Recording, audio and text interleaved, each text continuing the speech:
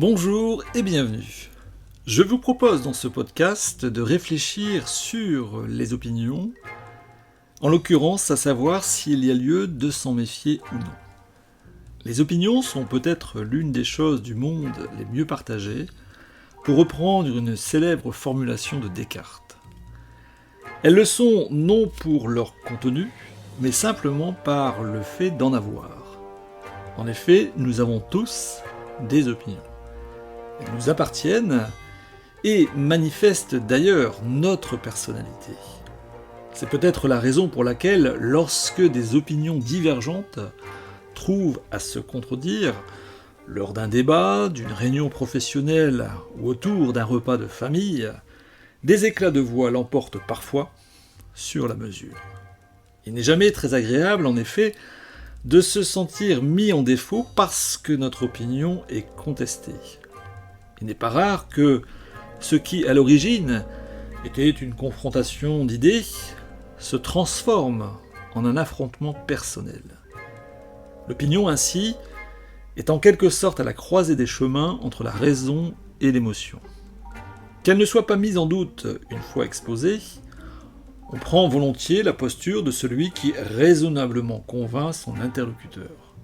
Mais à l'inverse, que l'on soit contesté, que notre opinion ne fasse pas l'unanimité jusqu'à être rejetée, nous ne sommes alors pas très loin d'être emportés par l'émotion, d'autant plus que le sujet débattu nous importe, nous caractérise même. C'est pourquoi parfois, même en sachant que l'on a tort, on reste campé sur ses positions. Hors de question de revoir son opinion à l'aune de ce qui la contredit, car ce serait, pense-t-on, se renier. Dans ce cas de figure, la raison n'a plus sa place dans le débat. Il ne s'agit plus d'une idée qui se trouve face à une autre, mais c'est désormais toi contre moi. En ce sens, il est recommandable de se méfier de ces opinions puisqu'elles sont potentiellement le point de bascule entre ce que j'affirme avec raison et qui je suis réellement. Mes opinions face à une résistance que je ne sais dépasser finissent par me dévoiler. Elles peuvent, en étant définitivement contredites, déchirer les apparences sociales et me mettre à nu.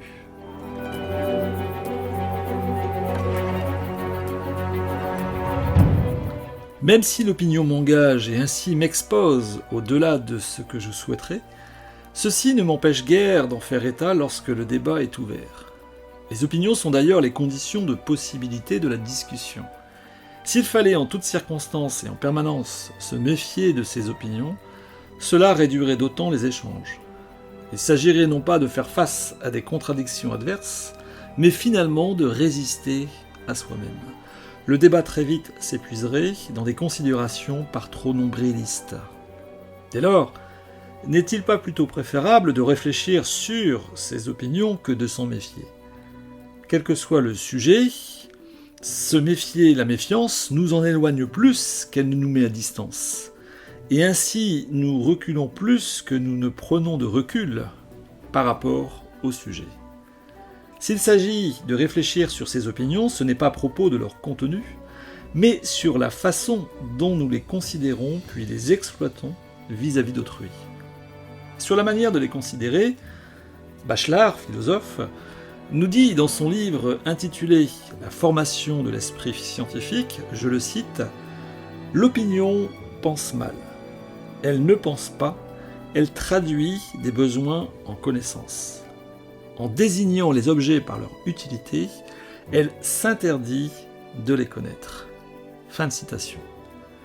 Ainsi, selon le philosophe français, l'opinion revient à se persuader que l'on connaît, alors même que l'on ne sait pas. Considérée de la sorte, l'opinion est avant tout un rapport de soi à soi-même avant que d'être dirigée vers autrui. Mais comme manifestement il nous est impossible d'en rester à ce rapport intime, que nous avons également besoin d'être reconnus par d'autres en s'affirmant, les opinions dès lors s'invitent dans le débat.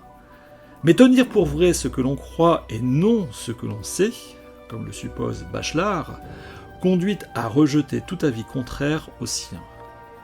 Il est aussi plus difficile de contredire ce qui est cru que ce qui est su, cette difficulté pouvant amener le débat vers des considérations personnelles, s'éloignant ainsi des idées qui ont été à l'origine.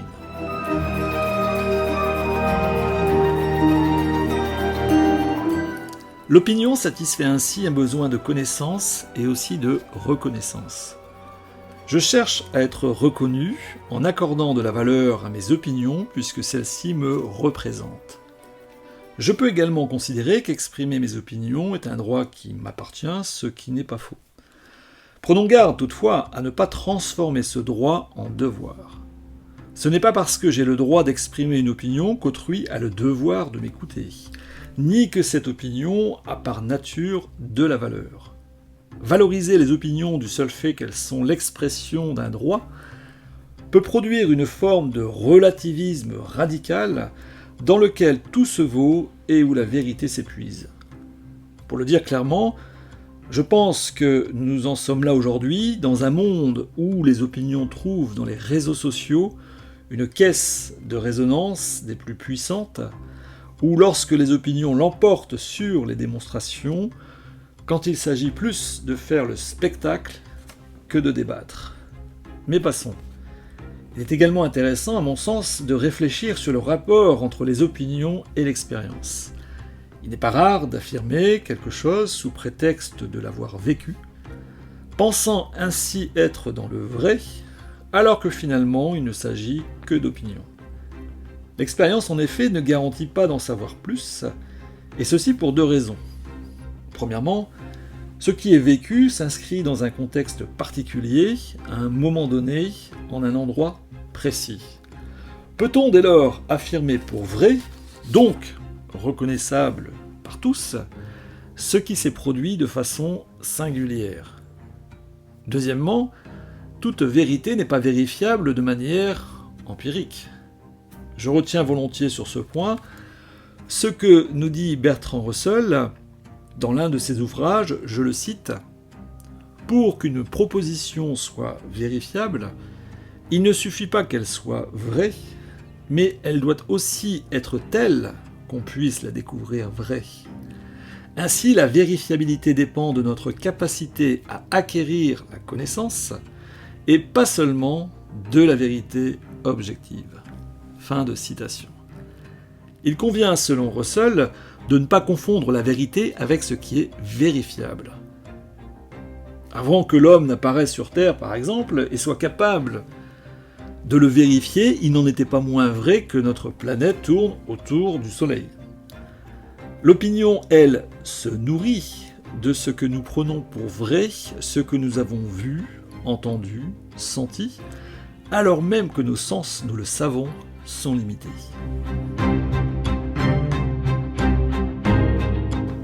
Se méfier de ces opinions ne revient pas à les rejeter en bloc. Elles servent le débat, car sans elles, le débat disparaît. Finalement, il s'agit moins de se méfier de ces opinions que d'être prudent pour les raisons évoquées à l'instant. Mais aussi les opinions sont-elles à exploiter dans le bon sens, en les considérant comme un point de départ, au lieu de les affirmer sans suite. C'est ainsi qu'à la place d'imposer ce que l'on pense savoir, on s'y appuie pour mieux connaître en confrontant ce que l'on croit à d'autres croyances. C'est pourquoi il n'y a pas lieu de renoncer à ces opinions, de s'en méfier définitivement, mais plutôt de s'interroger sur leur origine à partir de ce qui nous est opposé. Autrement dit, les opinions sont prises comme le commencement d'une réflexion, sans connaître à l'avance la conclusion, mais en sachant que nous avons à y gagner, car, comme le dit Aristote dans l'une de ses œuvres, je le cite, « Le commencement est beaucoup plus que la moitié de l'objectif. » Fin de citation. Les opinions amorcent ainsi les interrogations pour engager un échange constructif, à condition de les identifier comme telles. Il est préférable pour les parties prêtes à débattre de soulever ensemble une problématique à partir de leur opinion réciproque, Car avant même d'imposer des réponses, encore faut-il se poser les bonnes questions. Je vous remercie de votre attention, j'espère vous avoir apporté matière à penser.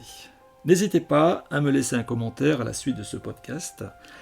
J'aurai plaisir à vous répondre et peut-être poursuivrons-nous ensemble la réflexion.